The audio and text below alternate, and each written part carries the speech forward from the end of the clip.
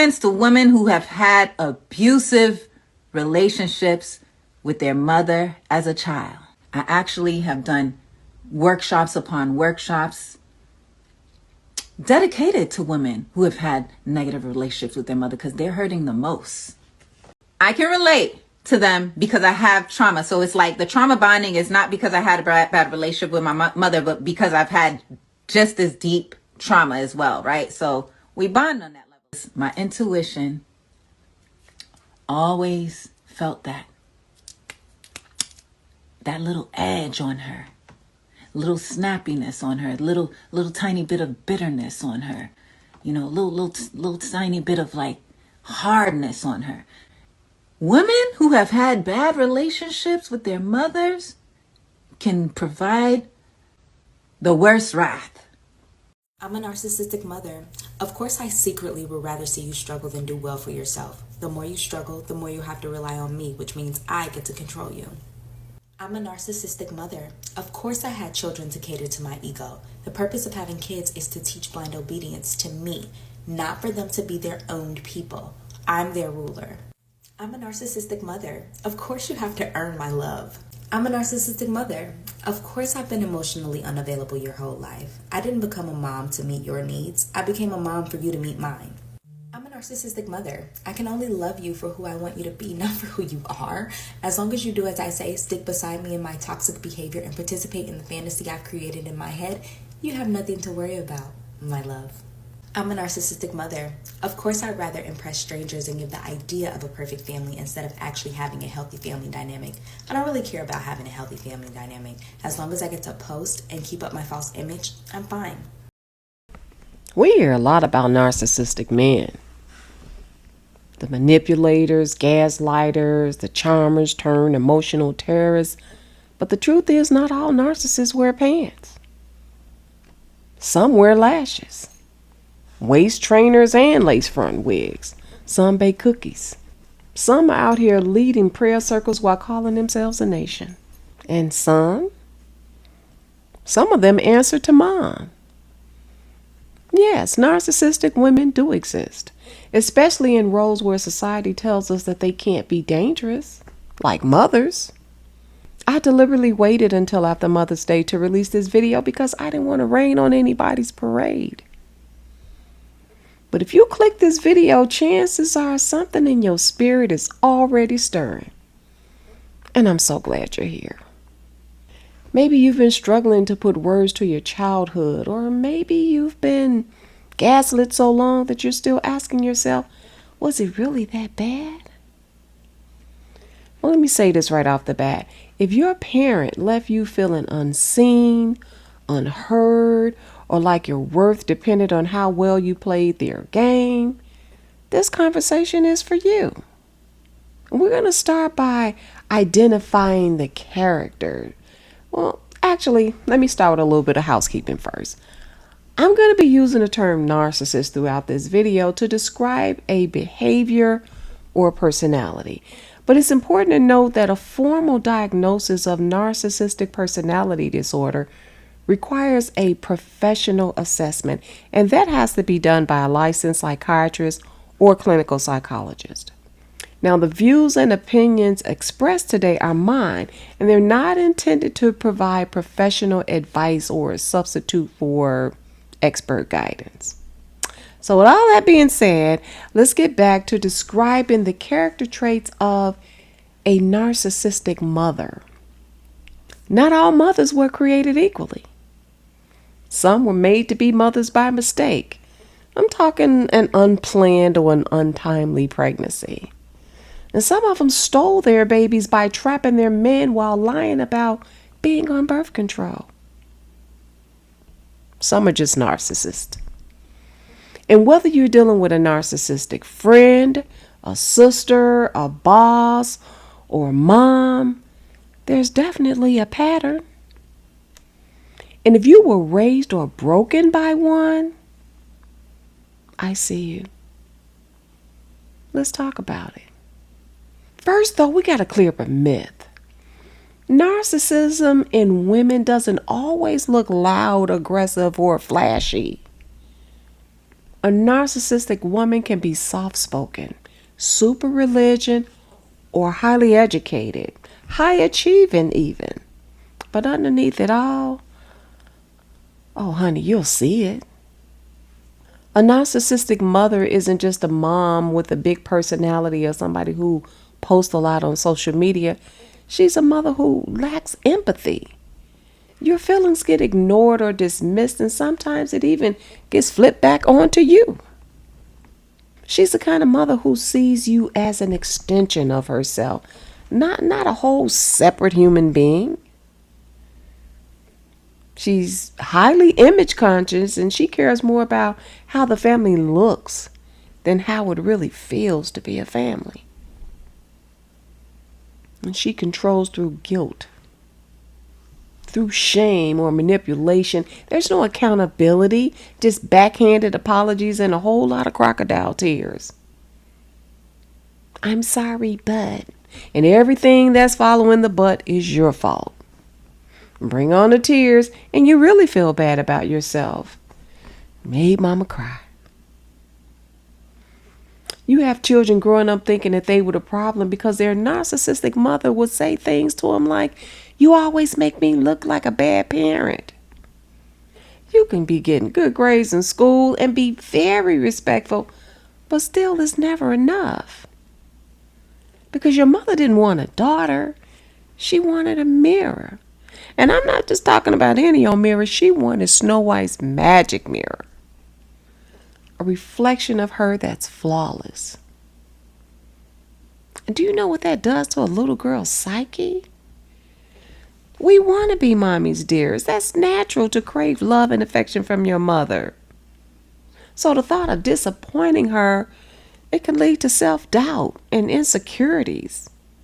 You find yourself becoming withdrawn. It's just even hearing your mother's disappointment in you. She's the mother who feels entitled. She feels entitled to your time, your praise, and even your accomplishments. And that's because she centers everything around herself.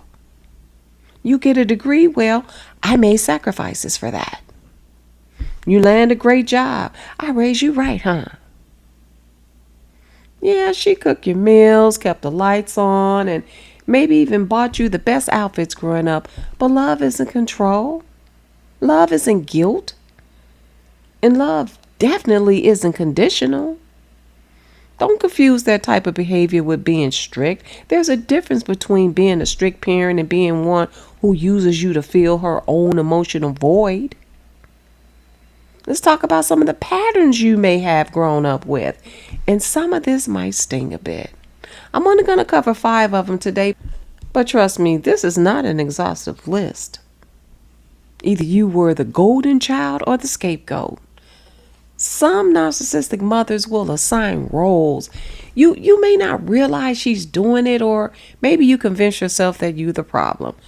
One child can do no wrong, and that's the golden child, while the other one's always the problem or the scapegoat. Sometimes those roles flip depending on how your mother may feel about herself that day. Narcissistic mothers pit people against each other, sometimes your own siblings. And that's just sad because they can rob you of a sibling bond. And it ends up being a sibling rivalry instead. They sometimes do it in friend groups with family or in church circles. You know how they are about their church friends. It's all about image. They triangulate though. They'll be saying one thing to you, but something totally different to someone else. And this keeps them in control of the narrative so they can create confusion. They demand loyalty, but they don't give it. Ain't that a kick in the head? Maybe she competed with you, Especially if you're a daughter. Did your mom ever try to outshine you or make snide comments when you were doing well? Instead of celebrating you, she found ways to bring you down. Whether she was being subtle about it or blatant, it depended on her mood that day. Nothing was ever enough. No matter how well you behaved, how much you achieved, or how hard you tried, there was always some kind of criticism waiting, just enough to bring you down. And your emotions were invalidated. She told you to stop crying or toughen up, but that you were being too sensitive. She trained you to distrust your own emotional reality. She used emotional manipulation. And that's when you use another person's emotions to gain control, to gain influence or personal advantage. You know, like faking a DV story just for attention or fame. Love was conditional.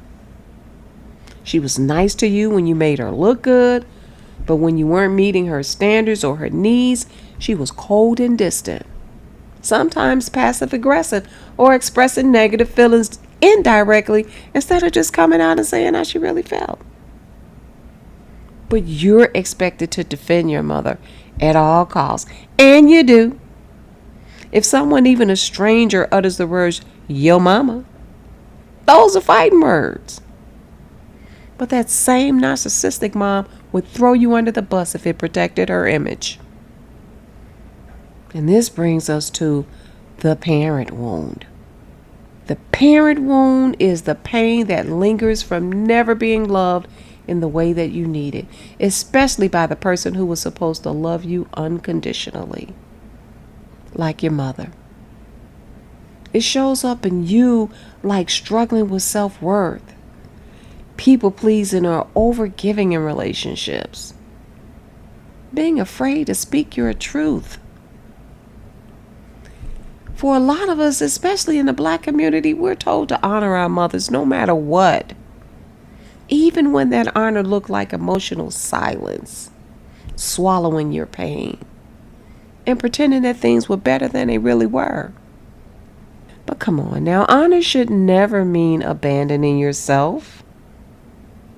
It's a balance, giving someone what they're due while staying rooted in self-respect. The danger of narcissistic women isn't just how they treat you, it's in how they make you treat yourself. Let that marinate for a minute. There's going to come a point in your life where you need to heal from childhood trauma and neglect caused by your mother. You might struggle with calling it trauma, and that's okay at first, but honey, that's exactly what it is when you were raised by a narcissistic mother. The parent wound is deep, but it's healable. Did I just make that word up? Let me put it this way. The parent wound can be healed. But healing from a narcissistic woman, especially a mother, is messy. It can also be powerful. But to get there, just like any other trauma, you first have to name it. Call it what it is. If your mother was emotionally abusive, say it. Clarity is the beginning of freedom. Stop minimizing it. And give yourself permission to grieve the parent you never had. You have to grieve that whole fantasy of who she could have been. That warm, nurturing mom that you deserved. Mourning loss is painful, but it opens the door for real healing. And set boundaries, but do it without guilt. Your mental health matters more than tradition or somebody else's expectations of you.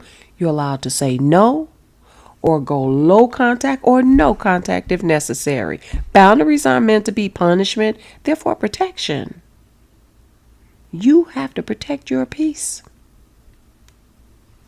Surround yourself with people who see you, people who affirm you and give you the love that you missed out on. Healing doesn't always mean you have to do it alone. You get to redefine your family in this instance. And a good therapist, especially one who understands narcissistic abuse, can help you reconnect with your inner child, validate your experiences, and build new patterns of self-worth. Now that's powerful. Let me leave you with this. You may never get closure from the people who hurt you, but that's okay. Because you can create peace within yourself. And you can become the mother that you wish you had. The one you deserved. You don't have to carry emotional weight that wasn't yours, and you don't have to keep pretending that everything was okay. But it is okay to tell your story.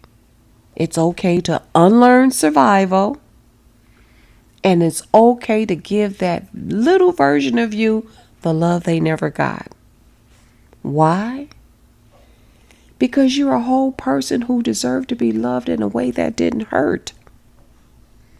Not all narcissists wear pants. Some wear lipstick and pearls. Some raised you. Some led you. Some love you in the only way that they know how, which still isn't enough. But you are enough. You're not difficult or too sensitive. The truth of the matter is that we outgrow dysfunction, and that's absolutely necessary to do. Let me leave you with this. You are always worthy. Now it's time to live like it, and it's never too late to do that. Don't forget to like, share, and subscribe.